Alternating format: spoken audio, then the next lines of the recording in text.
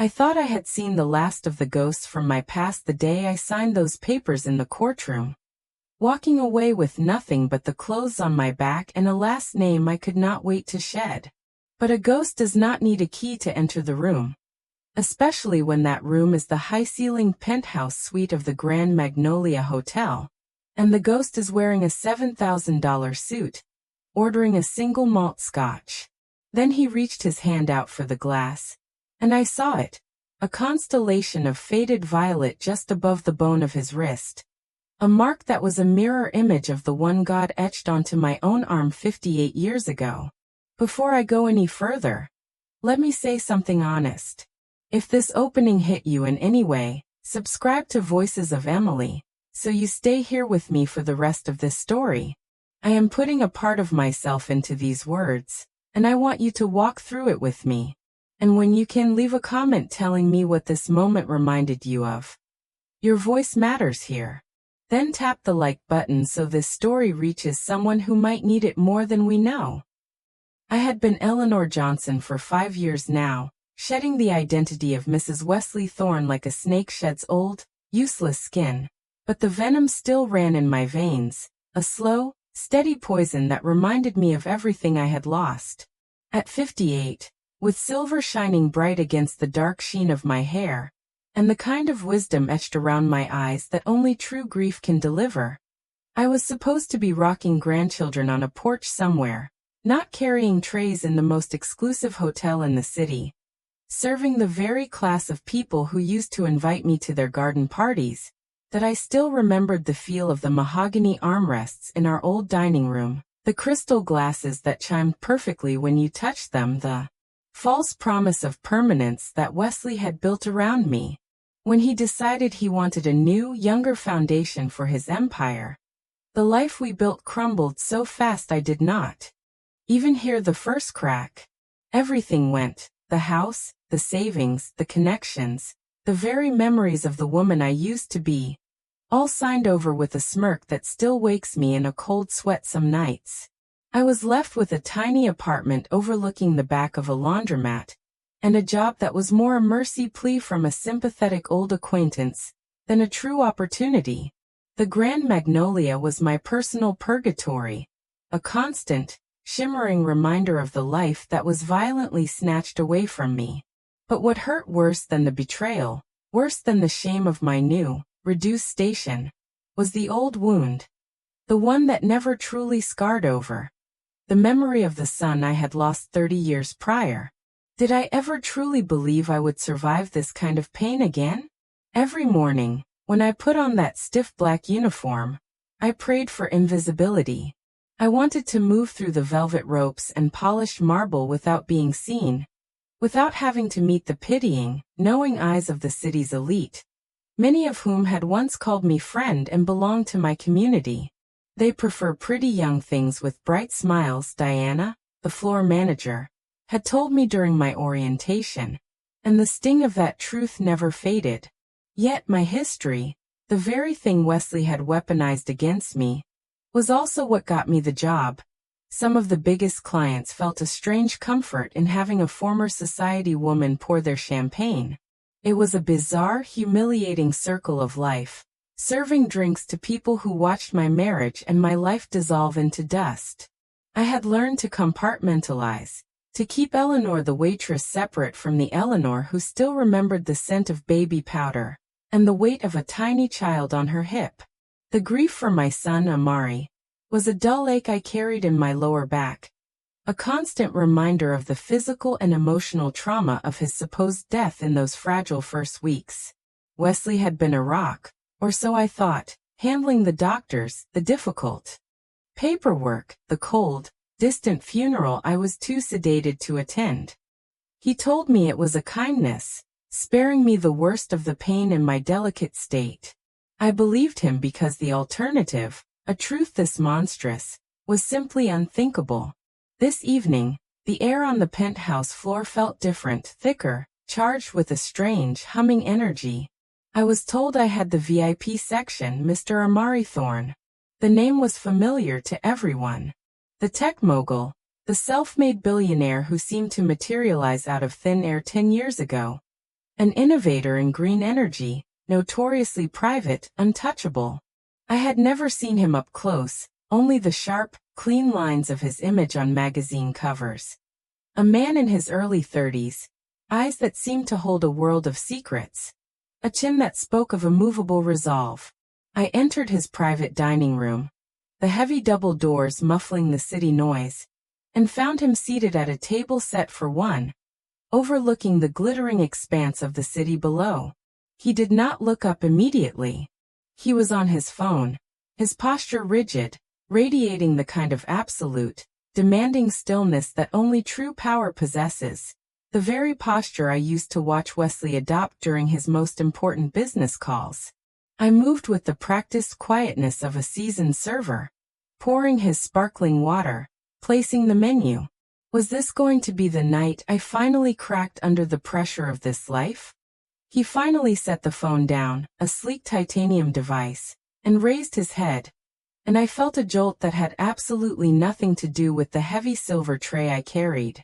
His eyes, the exact shade of deep brown molasses, met mine, and for a flash, I saw a question, a familiarity, a flicker of something profoundly unsettling in their depth before they went completely blank. The mask of the professional snapping back into place.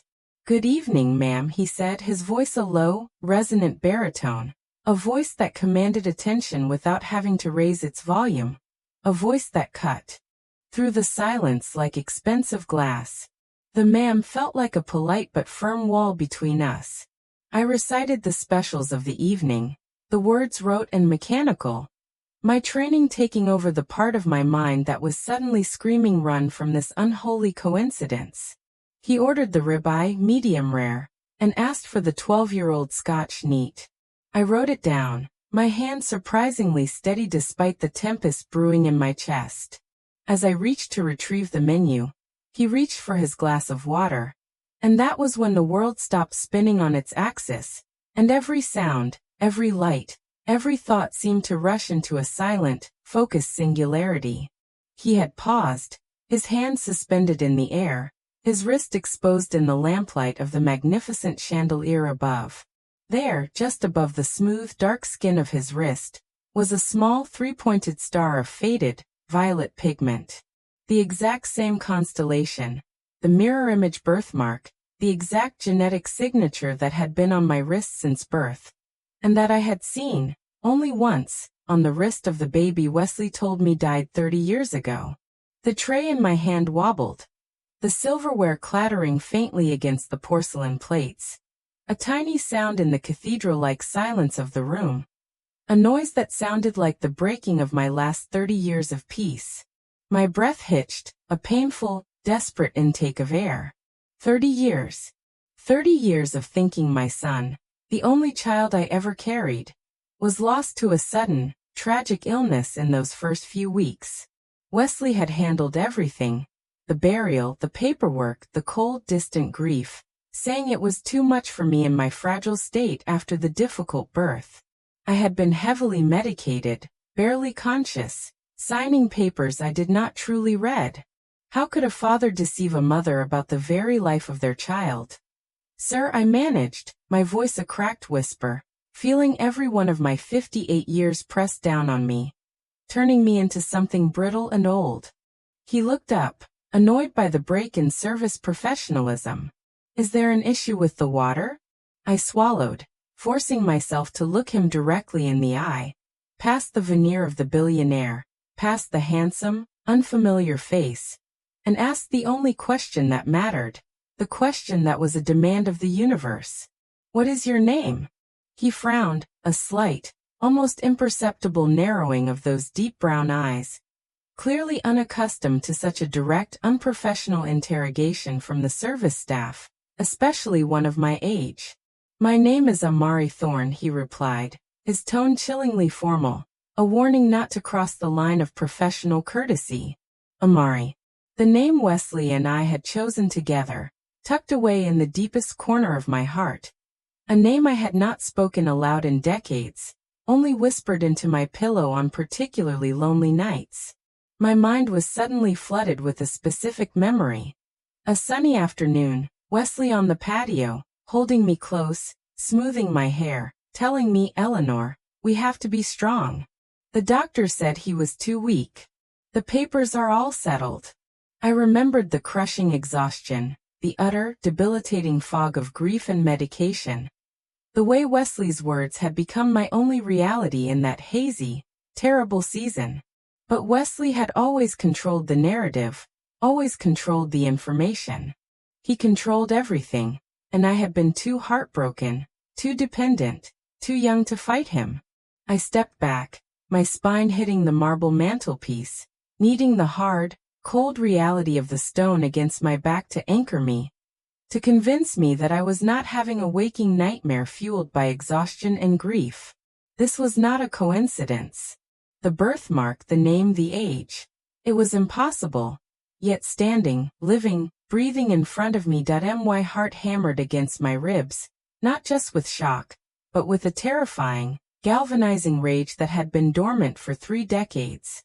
Wesley had not just divorced me and taken my material wealth.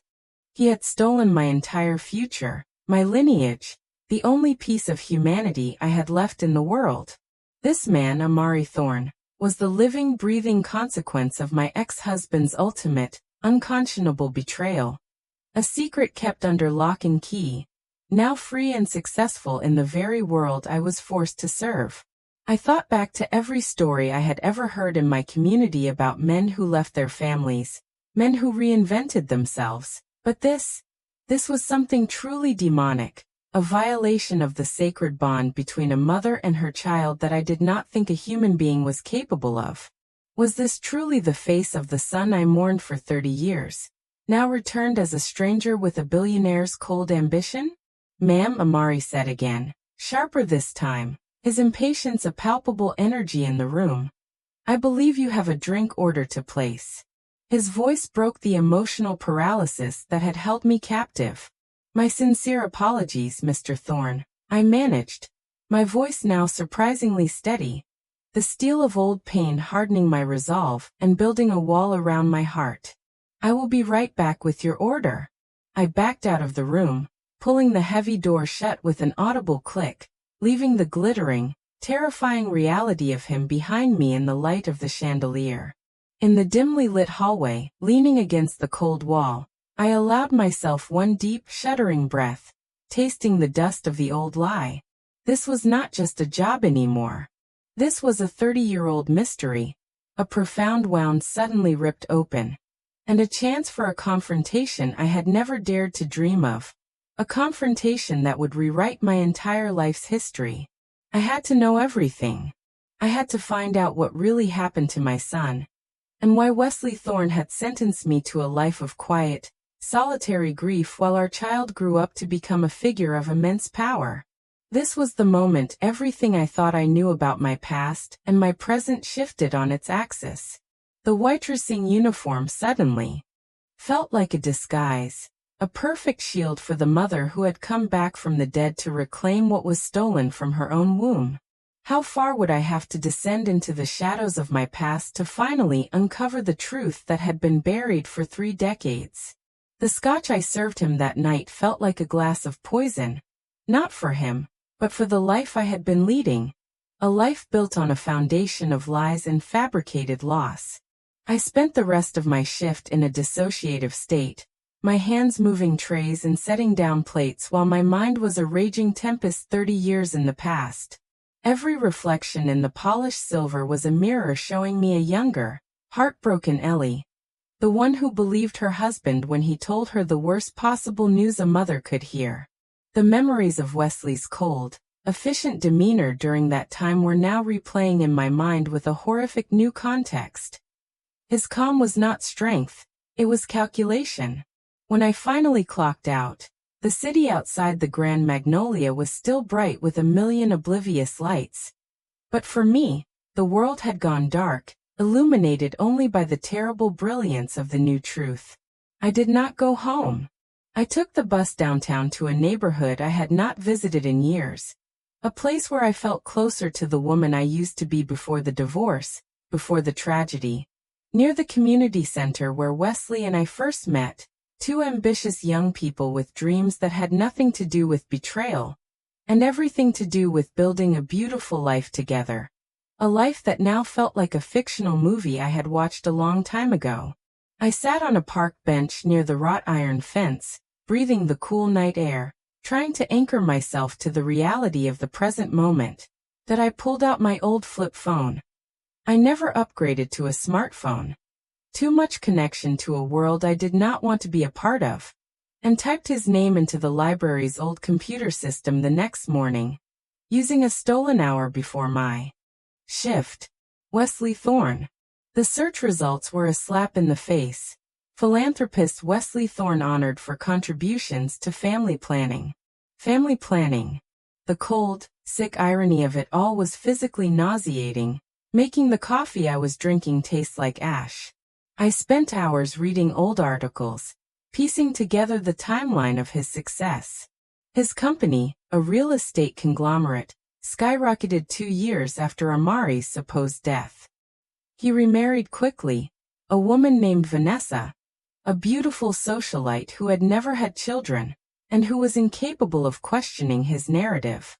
There was no mention of Amari in any of the official records of his life, no mention of a son from his first marriage, nothing to suggest a family had ever existed before Vanessa, and the new life he had carefully manufactured. How did Wesley manage to erase 30 years of my life so cleanly? Building an empire on the foundation of my grief. My old contacts in the city's legal and social circles were long gone, either moved away or having politely cut ties with the disgraced Mrs. Thorne. The few people I reached out to were cryptic, uncomfortable, saying only that they heard Wesley had a private tragedy years ago, and everyone was told not to mention it, suggesting a corporate-level enforcement of silence. It was then I understood the depth of his power. He did not just take my money. He took my narrative, and he enforced silence through the sheer weight of his influence in our community. My only avenue was Amari himself, to understand his life, to find the cracks in the story his father had built for him. I began studying him, a clandestine, desperate research project fueled by a mother's instinct, a terrifying form of stalking rooted in love. I scoured the internet for articles about Amari Thorne, the billionaire. His origin story was always the same. A brilliant, self-made man who had a difficult, unglamorous childhood, but never spoke of his family. He founded his company, Nova Energy, at 22. That meant he was 33 now. 30 years ago. I was holding him in my arms, believing I was watching him take his last breath, crying out to God to spare my only child. I had been robbed of those 30 years of his life, every single moment of his development taken from me. I found a single grainy photograph online from an old charity event. A young Amari, perhaps 5 or 6, standing next to a very stern-looking nanny. No mother in sight. No Wesley Thorne. No Vanessa Thorne. He had a different last name listed in that article, published long before his company became a titan. Amari Jackson, before he officially changed it to Thorne. Jackson. A common, unremarkable name, a shield, a temporary identity. Wesley must have given him to someone, told them a lie about his origins, and then waited until the timing was perfect. When the boy was old enough to be grateful, old enough to be malleable, to reclaim his heir, molding him into the perfect, ruthless successor. Did he raise him as a secret, a weapon, or simply as a cold, calculated investment in his own legacy? The betrayal was not a singular event. It was a carefully orchestrated, 30-year-long performance of psychological warfare. I realized then that my ex-husband had committed the ultimate psychological cruelty, forcing me to grieve a living child, effectively wiping him from the face of the earth for me while keeping him somewhere close enough to control, to observe, to retrieve when the moment served him best. I needed irrefutable proof, something beyond a birthmark and a name, something Wesley could not deny, not even to himself. I started watching the Grand Magnolia. I could not approach him in my uniform again. It was too risky, too likely to get me fired, and I needed my employment there to maintain proximity and gather intelligence. I found myself sitting in my dilapidated Ford, parked 3 blocks from his office building, nursing lukewarm coffee from a thermos, watching the stream of corporate power players entering and exiting. I saw him twice that week, always in a black sedan, always flanked by silent, serious men. A man locked in a cage of his own making. He was magnetic, undeniably impressive, radiating the kind of confidence that only comes from knowing you are in total control of your environment. A control he had learned from his father. Every sighting was a fresh punch to my gut, a reminder of every milestone I had missed. His first tooth, his first word, his graduation. The moment he signed his first contract. I had been robbed of everything that makes a mother, and the injustice was a physical ache. I drove by Wesley's opulent suburban estate, the house I helped him design, the house where Amari should have grown up, playing in the yard, and the anger boiled into a white-hot, consuming hatred. I had not felt this intensity in years.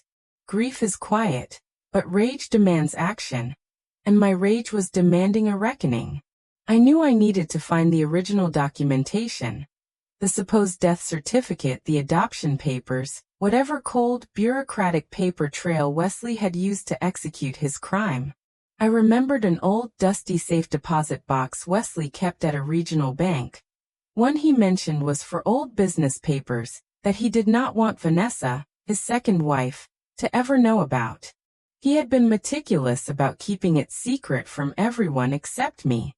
It was a long shot, a desperate Hail Mary. A plan born of reckless pain. But I had nothing left to lose that I had not already lost. I took a sick day, the first in 2 years, dressing in a simple, unassuming tailored suit, the kind of clothes I used to take for granted, and walked into the bank. I still had the key. Wesley had been careless during the divorce, assuming I would never be resourceful enough to use it, assuming I would simply disappear. I presented the key and my old identification. There was a tense 20-minute wait, a period where I felt like the entire banking hall was staring at me, knowing the depths of my transgression, knowing the secret I was about to unearth. Was the shame of his betrayal finally going to catch up to him? Or was I just opening myself up to a fresh wave of pain? They brought me the box, heavy and cold. Inside, under a stack of old stock certificates and financial statements that Wesley thought were so important, I found a manila envelope. My hands were shaking so hard I could barely tear the seal. Inside were 3 documents: a signed fraudulent death certificate for baby boy Thorne, dated 3 decades prior, a forgery that mocked my faith, a notarized sealed document releasing my parental rights, signed sickeningly, by a woman whose name I did not recognize, a document I had apparently signed while heavily sedated, and a final sealed document. The final document was a complex, multi-party agreement, a contract of trust that outlined the terms of Amari's temporary custody by a foster family, the Jacksons, his subsequent official adoption at age 10 by a distant, compliant cousin of Wesley, and a clause that released all financial rights to Wesley upon Amari's 21st birthday and acceptance of the Thorne name. Wesley had not just stolen him. He had sold him, bought him back, and then manufactured an heir, all on paper.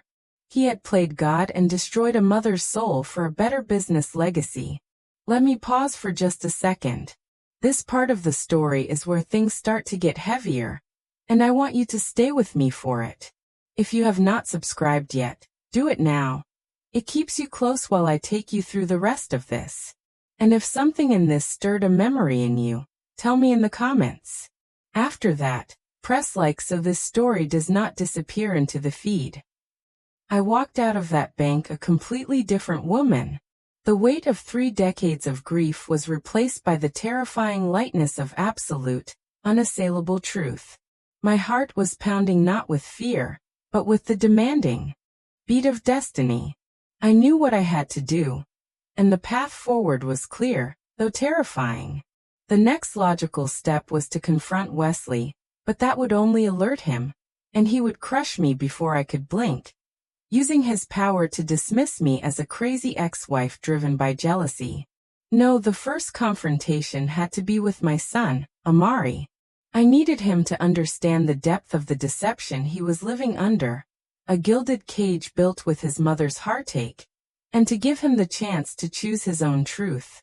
How do you tell a billionaire stranger who has everything that you are the woman he was told never existed?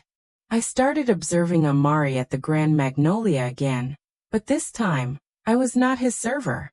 I dressed in a discreet black dress, the kind of clothing that blended into the upscale lounge environment, sat at the bar, and watched him during his evening meetings. I learned his routine. The way he took his coffee, the slight, almost imperceptible tremor in his hand when he was truly stressed, the way he listened to his associates, with a sharp, impatient focus that mirrored his father's worst traits. He was not a soft man. He was a product of Wesley's influence, a man engineered for power, likely told his whole life that he had to be better, harder, stronger to earn his place in the world. I thought about the birthmark, the shared genetic bond, and felt a profound, aching sorrow. He carried a piece of me, a physical map of our connection, but knew nothing of the territory, nothing of the love that created him. I devised a plan, simple, direct, and impossible for him to ignore. I would deliver the evidence, but with a degree of anonymity that would force him to absorb the truth without the emotional shock of seeing my face again immediately. The documents I photocopied and digitized were my only weapons, the paper trail of his father's crime. I waited until I knew he would be alone, late one Tuesday evening, just past midnight. When the Grand Magnolia was quiet, and the VIP floor was guarded only by a single, bored security officer I knew by name, Mr. Jones. I took the service elevator up, pretending to be delivering a late-night amenity, a bottle of water, a fresh towel, anything to justify my presence. The security guard nodded me through, recognizing the hotel uniform even though it was not my shift, and I felt a wave of cold gratitude for the invisibility my poverty afforded me. I had 5 minutes, no more. I slipped into his suite. He left the door ajar sometimes, a careless habit of the wealthy who assume their security is foolproof, and walked into the silence of his vast living room. The air conditioning too cold, the art too expensive. I placed the large manila envelope containing the photocopied documents on the center of his glass coffee table, right next to his half-read financial journal. I did not want to be there when he found it, afraid my emotions would betray my goal, afraid I would break down and scare him away.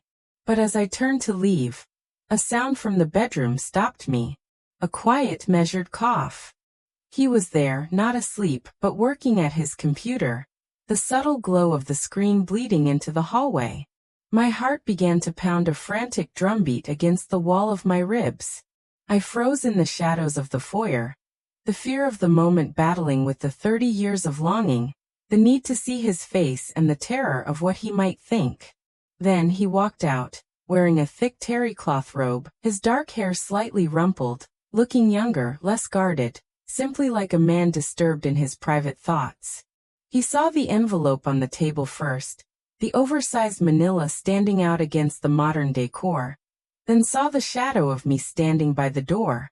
His eyes narrowed, and the look in them was not just annoyance. It was cold, immediate suspicion, the instinct of a man used to being targeted. "Who are you?"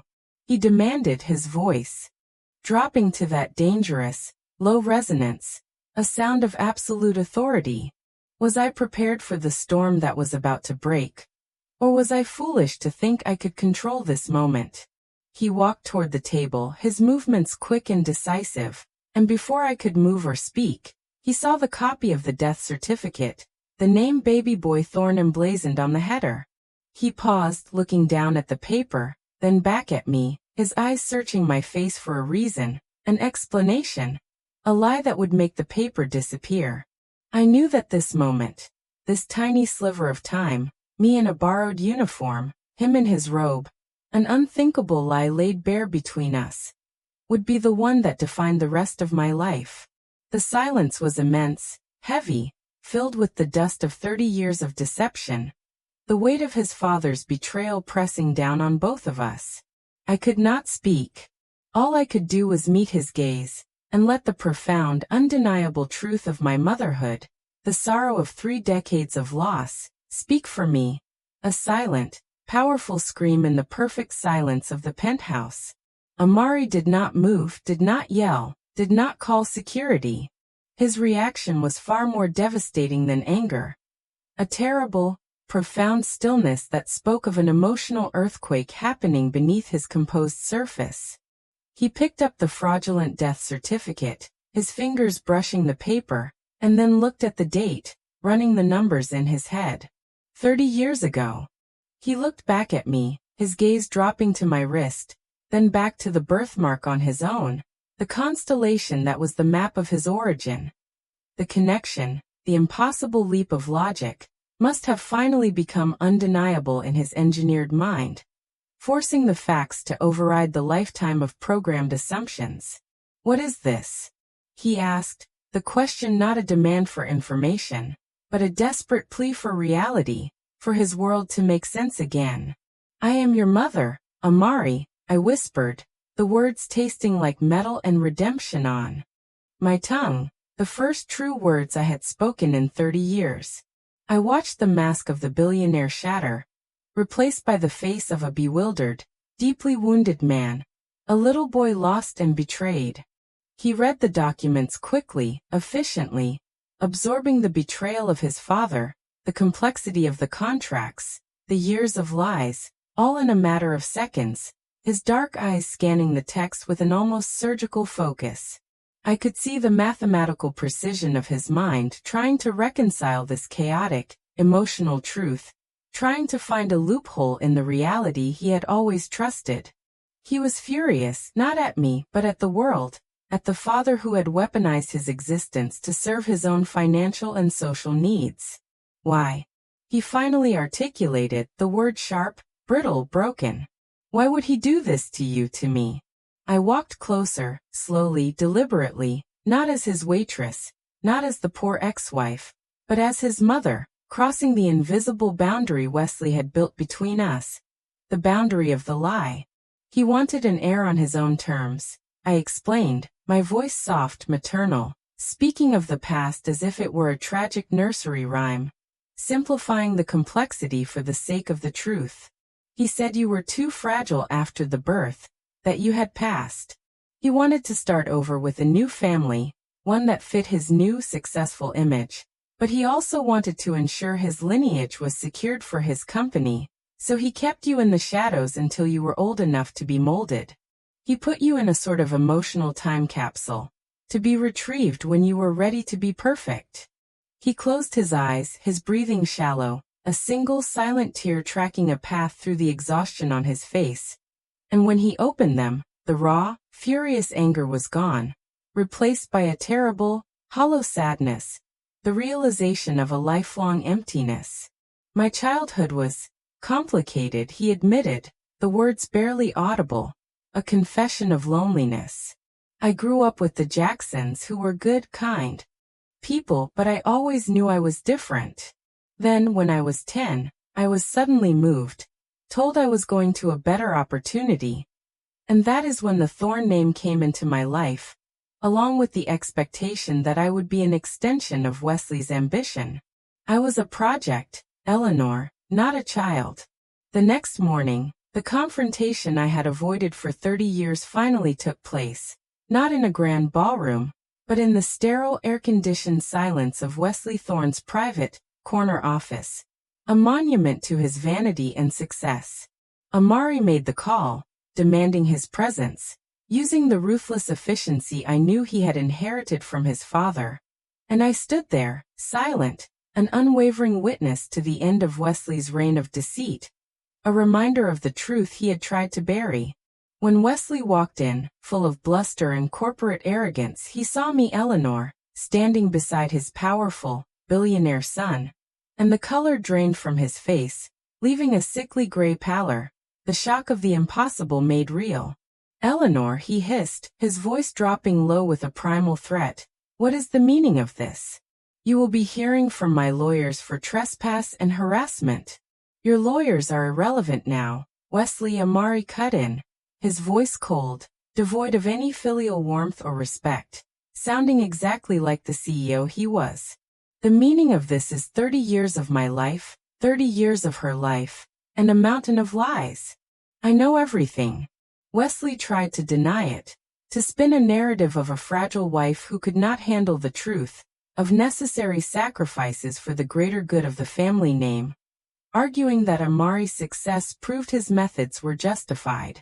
But the proof was irrefutable, staring at him from the envelope Amari slapped onto his mahogany desk. The contracts, the forged documents, the cold, hard paper trail of his wickedness. How many people had he betrayed simply for the sake of appearances? And the size of his own portfolio. The power dynamic had shifted completely. Wesley was no longer the all-powerful patriarch. He was a desperate, caught criminal standing before his judge and jury, his own son, whom he had created and then betrayed. The consequences were immediate and profound. Amari leveraged his own vast financial network to quietly dismantle his father's reputation and company, revealing the fraudulent nature of Wesley's early contracts and questionable business practices, all tied back to the funds he embezzled 30 years ago to build his secret asset. He did not seek to destroy him with a scream, but to ensure that the weight of his actions finally fell upon him with a quiet, undeniable finality. The divorce from Vanessa, the investigations, the public shaming that followed. It all happened with a swift, surgical precision that only a true, unforgiving billionaire could execute. But the true resolution was not in Wesley's downfall. It was in the silent, complicated reknitting of a mother and son, two strangers with the same mark, trying to find a shared language. Our reconciliation was not a rush of sentimental Hollywood tears, or an immediate, perfect connection. It was slow, hesitant, filled with the awkward silences of strangers trying to learn the language of intimacy, the language that should have been native to us both. We met for lunch in public places, away from the Grand Magnolia, talking about surface things, his work, my life as a waitress, the city we both inhabited but experienced so differently. He learned about the woman Wesley had tried to erase with his lies. I learned about the man who had been raised in the shadow of a lie, guarded and deeply suspicious of vulnerability. He never called me mother immediately. He called me Eleanor, with a respect that felt more like a business partner than a son, but I was patient. I was 58, and I had all the time in the world to wait for the heart to remember what the mind had forgotten. I knew that the heart remembers its origin, even if the mind was trained to forget it. One afternoon, sitting in his penthouse, overlooking the city that had both sheltered and betrayed us, I told him about the foundation Wesley had been honored for, the irony of his family planning philanthropy. It is a bitter pill to swallow, I said, my voice heavy with the truth, that he built his public reputation on the very thing he destroyed for us: family, connection, and honesty. Amari listened, his expression thoughtful, his billionaire mind already analyzing the problem. He picked up his glass of ice water, and I watched his wrist, the birthmark glowing faintly in the afternoon light, an undeniable point of connection between us.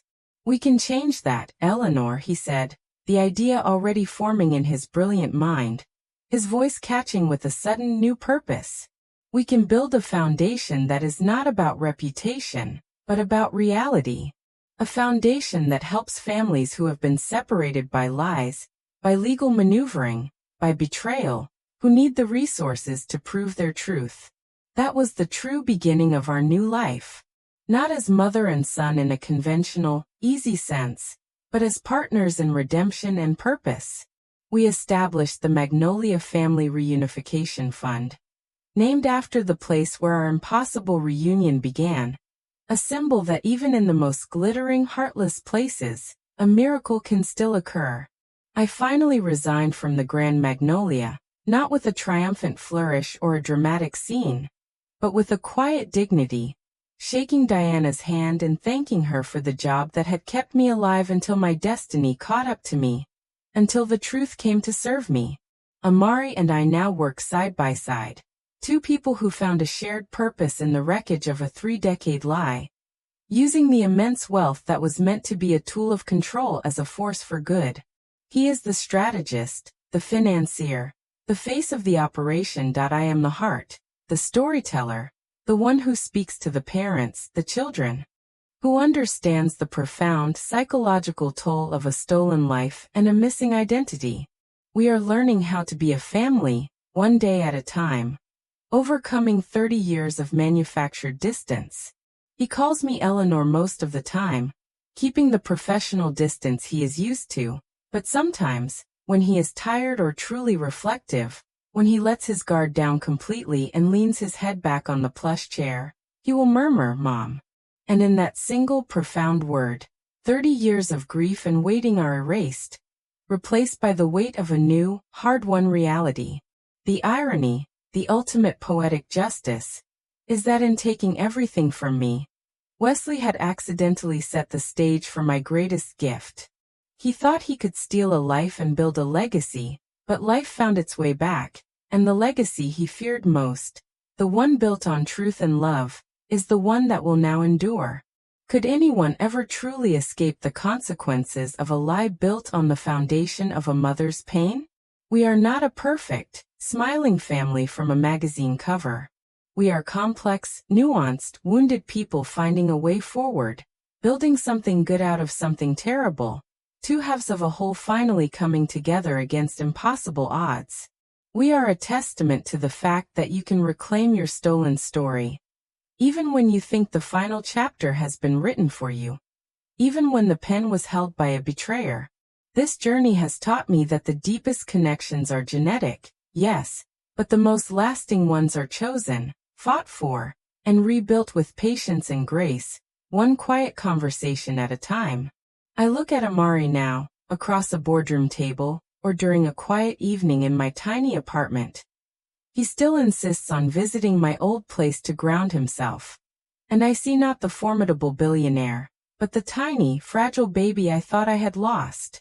He is my son, and against impossible odds, we found our way home.